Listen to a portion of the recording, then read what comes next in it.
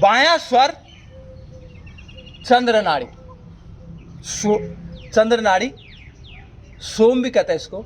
शांति की नाड़ी है ये, संतोष की नाड़ी है ये, बैलेंस की नाड़ी है। और जो दाईं तरफ है इसको कहते हैं पिंगला नाड़ी, सूर्य नाड़ी,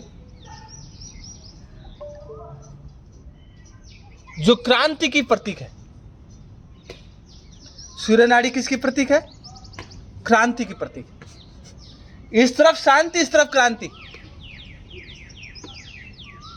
और जीवन तो शांति और क्रांति दोनों का गुलदस्ता है। जीवन में क्रांति नहीं होगी तो कोई सफलता प्राप्त नहीं होती, और जीवन में अगर शांति नहीं है तो सुकून प्राप्त नहीं होता। तो दोनों चाहिए हमें शांति भी चाहिए, क्रांति भी चाहिए। जब हम पे कोई अटैक करेगा, हमला करेगा, तब हमारे अंदर क्रांति चाहिए। और जब वो अटैक, हमला हो गया, उसके बाद शांति चाहिए। तो ये जो ईड़ा नाड़ी है ये शांति का प्रतीक है, ये जो पिंगला नाड़ी है ये क्रांति का प्रतीक है। और जब ईड़ा नाड़ी और पिंगला नाड़ी ये दोनों के दोनों यहां मूलाधार चक्र से जुड़ी हुई, ध्यान से सुनना, बहुत बड़ा विषय आपके सामने। मूल आधार चक्र से,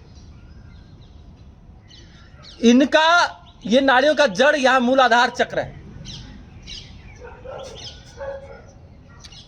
और इनके बीच में से एक नाड़ी जा रही है। एक है गंगा, एक है जमुना। ये ईड़ा पिंगला गंगा जमुना, और जो बीच में है वो सरस्वती नाड़ी है। ईड़ा पिंगला गंगा जमुना सरस्वती, ये मूलाधार चक्र से लेकर के ऊपर की तरफ चलते हैं। जब आप प्राणायाम करते हो, प्रत्याहार करते हो, इनमें एक अलग तरीके का कंपन होता है, एक अलग तरीके की दिव्य ऊर्जा पैदा होती है इनमें। और जब ये ऊपर की तरफ चलती हैं, अधोगामी से लेकर के, अधोगामी से छोड़ करके ऊर्ध्वगामी होती हैं, तो अब देखा इनका संगम का है, ये कहां से कहां पहुंचती हैं। आप कपालभाति करते जाओ, कपालभाति में कोई कंप्रोमाइज नहीं, कपालभाति करते जाओ। तो ईड़ा और पिंगला जब चलती है ऊपर की तरफ मूलाधार चक्र से, दिव्य शक्ति को संजोए हुए ऊपर को चलती है, तो इनका जो असली केंद्र है फिर कौन सा है? आज्ञा चक्र।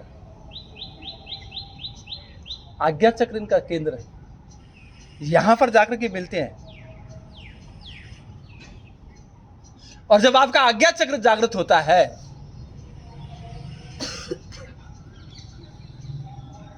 तो देखो, आपका, मैंने कहा था कि WHO कहता है कि आपको जीवन जीना अच्छे से तो आपको मेंटली अलर्ट होना पड़ेगा,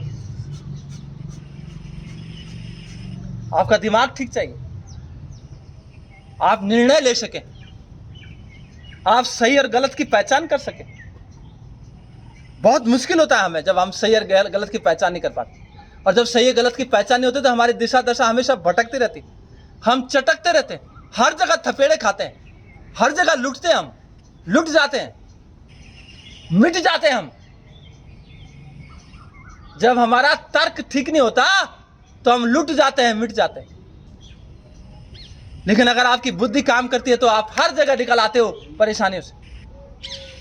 छोटे छोटे निर्णय बड़े बड़े धोखों की तरफ ले जाते हैं आपको।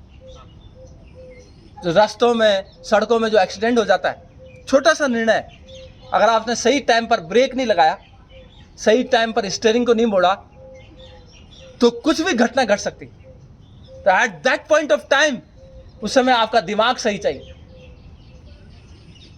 उस समय दिमाग सही चाहिए। जब आप सड़क पर हो, जब आप किसी बड़ी सी मशीन को ऑपरेट कर रहे हो, बड़ी मशीन को ऑपरेट कर रहे हो, आपके दिमाग ने काम किया तो मशीन का जरा सा भी चूक, इतनी सी चूक कितना बड़ा नुकसान कर सकती है।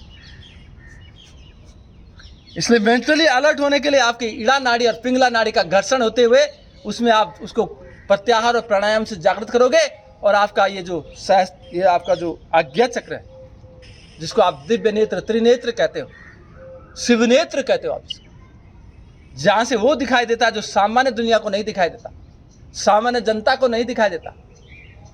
वो नेत्र आपका खुल जाता है। वो कोई अलग से देखता नहीं है, वो आपकी इंटरनल पावर है, वो आपकी आंतरिक शक्ति आपको दिखाई देता है। आपको सत्य और असत्य का अंतर दिखाई देता है, आपको न्याय अन्याय का अंतर दिखाई देता है, आपको अच्छे और बुरे का अंतर दिखाई देता है, आपको भलाई और बुराई का अंतर दिखाई देता है। जब आपके अंदर ये तर्क शक्ति पैदा हो जाती, तब आप ज्ञानी ध्यानी सब हो जाते हैं, ज्ञानी भी हो जाते हो, दानी भी हो जाते हैं।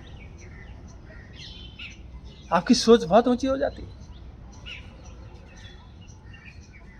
वो जो साधु संत थे, वो जो साधु संत थे, उनके सामने राजा महाराजा, पता नहीं कितने राजा महाराजा आए, कुछ नहीं थे उसके सामने वो राजा महाराजा। साधु के सामने मंत्री, प्रधानमंत्री, राष्ट्रपति कुछ नहीं, चाहे वो अमेरिका का क्यों नहीं, क्योंकि साधु अपने आप में अपनी इंद्रियों का निग्रह करके रखता है। संसार उसकी मुट्ठी में होता है, वो मुट्ठी में नहीं होता संसार के। साधु के मुट्ठी में संसार होता है, उसकी खुशियां, उसका आनंद उसके अंदर छुपा हुआ, अद्भुत आनंद की अनुभूति करता है। और आनंद संस्कृत का शब्द है, उसका कोई विरोधी शब्द नहीं, विलोम शब्द नहीं। इसलिए ये जो आप छोटी छोटी क्रियाओं के साथ आगे बढ़ रहे हो,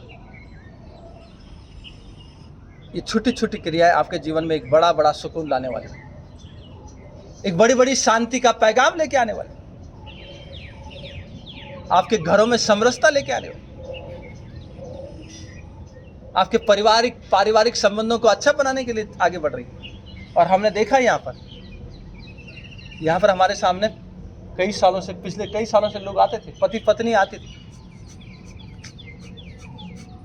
रिश्ते खराब थे आपस में, लेकिन यहाँ जैसे ही उत्कर्ष में आए, रिश्ते ठीक हो गए, क्योंकि उन्होंने अपनी दिव्य शक्ति को जगाना सीख लिया। जब आप अपनी दिव्य शक्ति को जगाना सीख जाते हो, तब ये छोटे मोटे झगड़े सब बेकार हो जाते हैं आपके।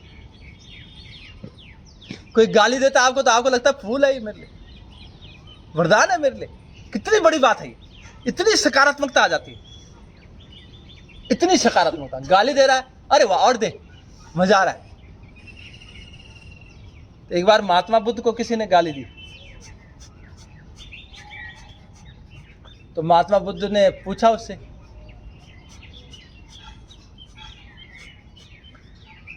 बोला अगर तू किसी को कोई चीज देना चाहता है और वो ले ले, तो किसके पास गई? लेने वाले के पास। अगर कोई चीज देना चाहता है वो ना ले, तो किसके पास रही? देने वाले के पास। तो बोला तो मुझे गाली दे रहा है, मैं नहीं ले रहा हूं, किसके पास है?